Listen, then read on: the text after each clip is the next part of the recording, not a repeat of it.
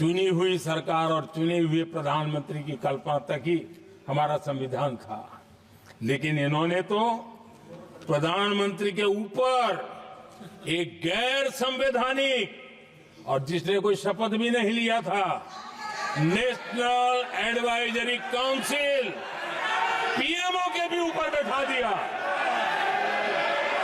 PMO के ऊपर अघोषित दर्जा दे दिया गया।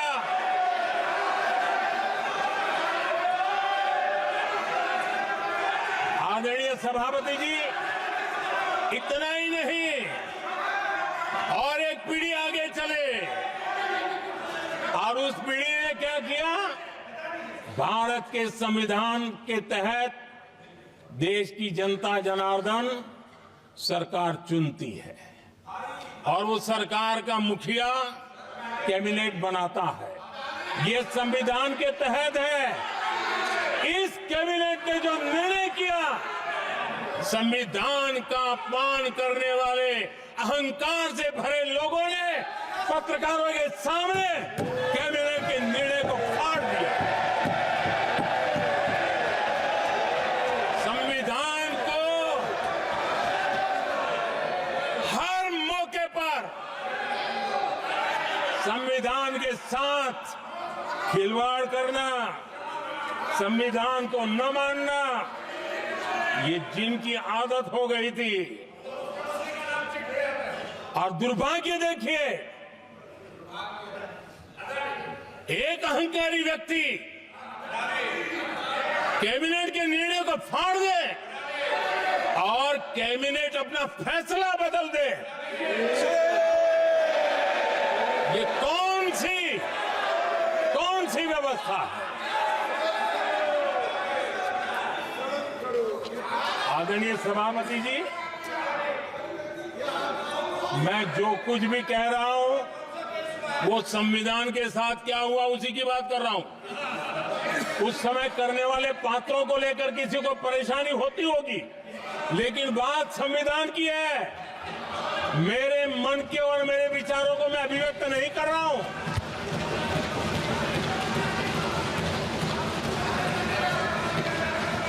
आदरणीय सभापति जी, कांग्रेस ने निरंतर संविधान की अवमानना की, संविधान के महत्व को कम किया।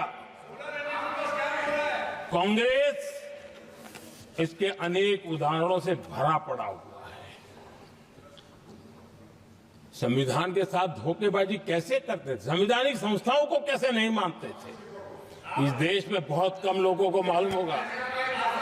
370 की तो पता है सबको, 35A का पता बहुत कम है। संसद में आए बिना, जबकि संसद में आना पड़ता, संसद को ही अस्वीकार कर दिया गया। भारत के संविधान का अगर कोई पहला पुत्र है तो ये संसद है, उसको भी उन्होंने गला घोटने का काम किया। 35A जो संसद में लाए बिना उन्होंने देश पर थोप दिया, और अगर 35A न होता तो जम्मू कश्मीर में जो हालत पैदा हुई वो हालत पैदा न हुई होती। राष्ट्रपति के आदेश पर यह काम किया गया और देश की संसद को अंधेरे में रखा गया। आदरणीय सभापति,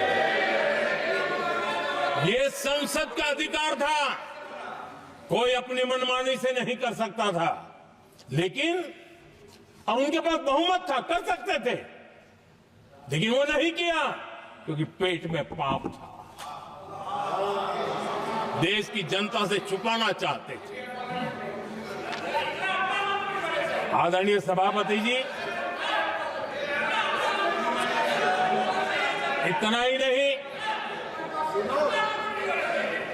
बाबा साहब आंबेडकर जिनके प्रति आज सम्मान का भाव सब कोई अनुभव कर रहा है, और हम लोगों के लिए तो बहुत विशेष है, क्योंकि हम लोगों के लिए तो जीवन में बहुत बड़ी जो कुछ भी रास्ते मिले ना वहीं से मिले हैं। आदरणीय सभापति जी,